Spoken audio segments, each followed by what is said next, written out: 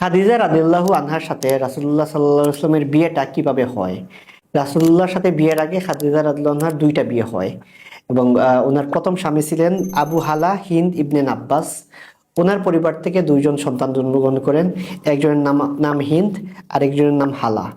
এরপর উনি যখন মারা যান তখন খাদিজা রাদিয়াল্লাহু আনহাকে বিয়ে করেন আতিক ইবনে আবিদ। উনি অনেক ধনী ছিলেন, অনেক সম্পদশালী ছিলেন। উনি যখন ইন্তেকাল করেন তখন ওনাদের পরিবারে একজন মেয়ে সন্তান ছিল যার নাম হিন্দা। উনি খাদিজা রাদিয়াল্লাহু আনহার মেয়ে, তার মানে খাদিজা রাদিয়াল্লাহু আনহার সন্তান তিনজন। আতিক যখন ইন্তেকাল করেন তখন ওনার আসলে অনেক সম্পদ রেখে যান, কিন্তু ওনার কোনো ছেলে নাই, ওনার কোনো ভাই বোন নাই যারা তার সম্পদের উত্তরাধিকারী হবেন। ফলে ওনার সমস্ত সম্পদের উত্তরাধিকারী হন খাদিজা রাদিয়াল্লাহু আনহা।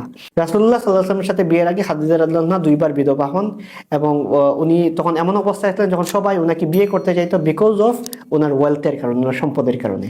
তো ওনার যে সম্পদ ছিল উনি এটা ব্যবসায়ের কাজে বিনিয়োগ করতেন, অর্থাৎ ওনার যে টাকা ছিল সেই টাকা দিয়ে উনি বিনিয়োগ করতেন। কেউ একজন ম্যানেজার হতো, সেই ম্যানেজার ওই টাকা নিয়ে ব্যবসা করতে যেত সিরিয়াতে, সেইখান থেকে পণ্য নিয়ে আসতো এবং মক্কায় এসে বিক্রি করতো, বা মক্কার পণ্য সিরিয়া নিয়ে যেত, ইয়েমেন নিয়ে যেত। কিন্তু দীর্ঘদিন ধরে খাদিজা রাদিয়াল্লাহু আনহা ওনার ব্যবসায় লস হচ্ছিল, অর্থাৎ উনি যেহেতু একজন মহিলা, উনি পুরোটা তত্ত্বাবধান করতে পারেন না। ফলে দেখা যেত যে প্রত্যেকেই মানে লাভটা এনে দিতে পারতো না, বা ওরা আমানতদারিতা রক্ষা করতে পারতো না। এটা ছিল খাদিজা রাদিয়াল্লাহু আনহার নাম্বার ওয়ান কনসার্ন। অর্থাৎ মক্কাতে উনি অনেক পাইতেন কিন্তু বিশ্বাস করার মতো কেউ পাইতেন না। একবার খাদিজা রাদিয়াল্লাহু আনহা ওনার বোনের সাথে বসে গল্প করতেছেন। ওনার ছিল 5জন ভাই, 4জন বোন। তো ওনার যে বোনের সাথে বসে গল্প করতেছেন, ওই বোনের পরিবারে একজন আসে, বা ওনার কাছে একজন আসে যে আসে পারিশ্রমিক চাইতে। তারা মক্কাতে পশু চড়াইতো, বা ছাগল ভেড়া এগুলো চড়াইতো, ওইটার পারিশ্রমিক চাইতে আসে। তো একজন আসে, আসার পর বলে আমরা তো দুইজন, আমি আসছি, উনি আসেন নাই, বাট ওনার পারিশ্রমিকটা আমাকে দিতে বলছেন। তখন খাদিজা রাদিয়াল্লাহু আনহার বোন জিজ্ঞেস করেন যে উনি আসেন নাই কেন? বলছেন যে উনি আসতে লজ্জা পাচ্ছেন, উনি এজন্য আসেন নাই। তখন বলে উনি কে, নাম কি? তখন বলে ওনার নাম মুহাম্মদ, এবং মুহাম্মদ মানে রাসূলুল্লাহ সাল্লাল্লাহু আলাইহি ওয়াসাল্লাম। উনি তখনও নবুয়ত লাভ করেন নাই। তখন ওনারা খুবই আগ্রহী হলেন উনি আসলে কে। খাদিজা রাদিয়াল্লাহু আনহা তখন পাশে ছিলেন, যে একটা লোক এত পরিশ্রম করলো কিন্তু পারিশ্রমিক চাইতে আসতে লজ্জা পাচ্ছে, সেই লোকটাকে। তখন প্রথমবারের মতো খাদিজা রাদিয়াল্লাহু আনহা রাসূলুল্লাহ সাল্লাল্লাহু আলাইহি ওয়াসাল্লামের প্রতি আগ্রহী হয়ে উঠলেন। পরবর্তীতে যখন খোঁজ খবর নেন মুহাম্মদ সাল্লাল্লাহু আলাইহি ওয়াসাল্লাম অনেকজন সত্যবাদী মানুষ, উনি এইরকম কাজ করেন, তখন উনি ওনাকে একটা প্রস্তাব দিলেন, তাহলে এক কাজ করেন, আপনি আমার ব্যবসায়িক পণ্যর দায়িত্ব নেন, আপনি তাহলে একবার সিরিয়া যান।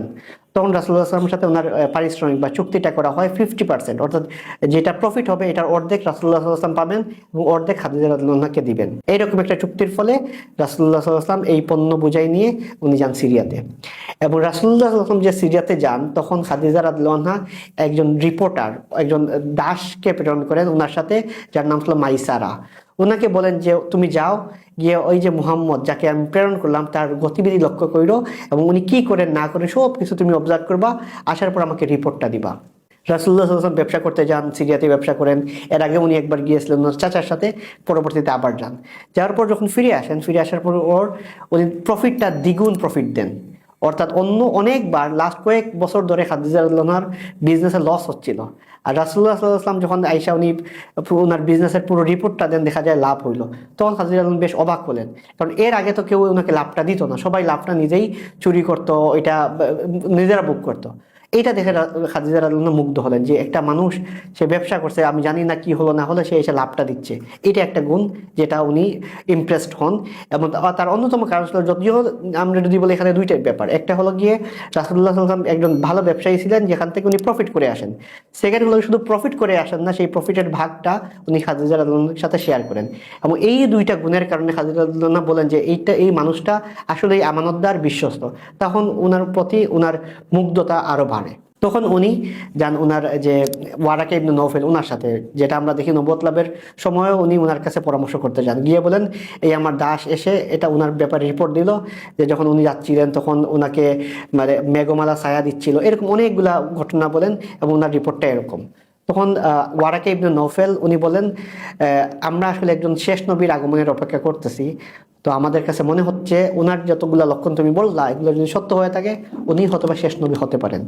অর্থাৎ খাদিজা রাদিয়াল্লাহু আনহা শুধুমাত্র একজন ম্যানেজার হিসাবে রাসূলুল্লাহ সাল্লাল্লাহু আলাইহি ওয়াসাল্লামকে পছন্দ করেন নাই, ওনার আমানতদারিতায় মুগ্ধ হন, ওনার সততা সব কিছুতে উনি মুগ্ধ হন।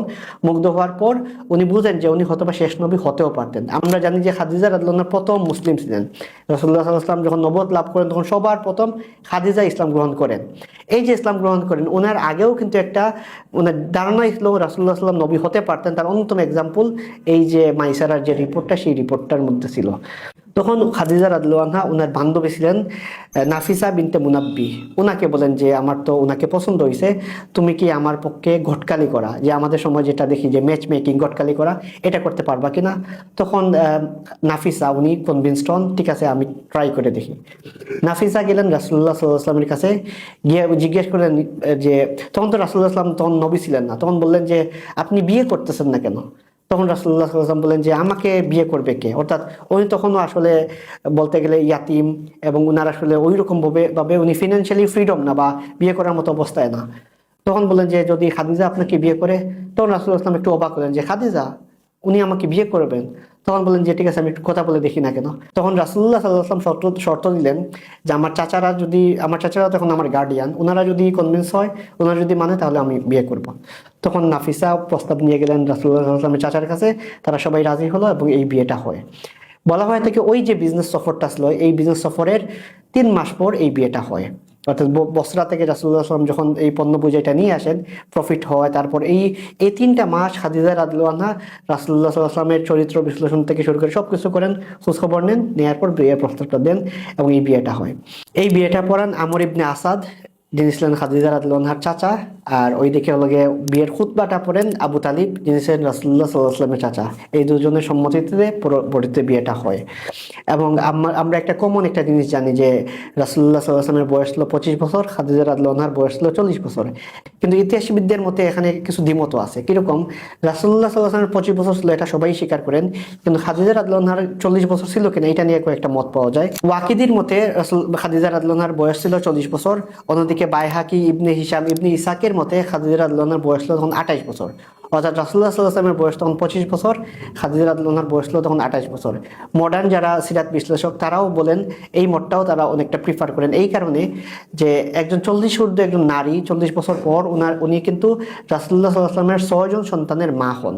তো এটা স্বাভাবিকভাবে অনেকেই বলেন এটা আসলে ইম্প্র্যাকটিক্যাল, এবং এটা যদি ওয়াহির কোনো বিষয় থাকতো যে এটা মানতেই হইতো, তাহলে তো আপত্তির কোনো ব্যাপার না। এটা একটা হিস্ট্রিক্যাল ফ্যাক্ট, এবং এই হিস্ট্রিক্যাল ফ্যাক্টটাতে অনেক আলেমগণ বা অনেক ঐতিহাসিক বলেন ওই সময় খাদিজা রাদিয়াল্লাহু আনহা বয়স 28 বছর। অনেকেই বলেন, মডার্ন অনেক ইতিহাসবিদ, এটাই লজিক্যাল হওয়ার কথা। কিন্তু এটা আসলে ফ্যাক্টটা এত বড় কিছু না, যদি 40ও হয় 40, 28ও যদি হয় 28, এত বড় কিছু না। কিন্তু এই যে একটা মতামত পাওয়া যায়, সেটা আমরা সিরাত পড়লেই পাই।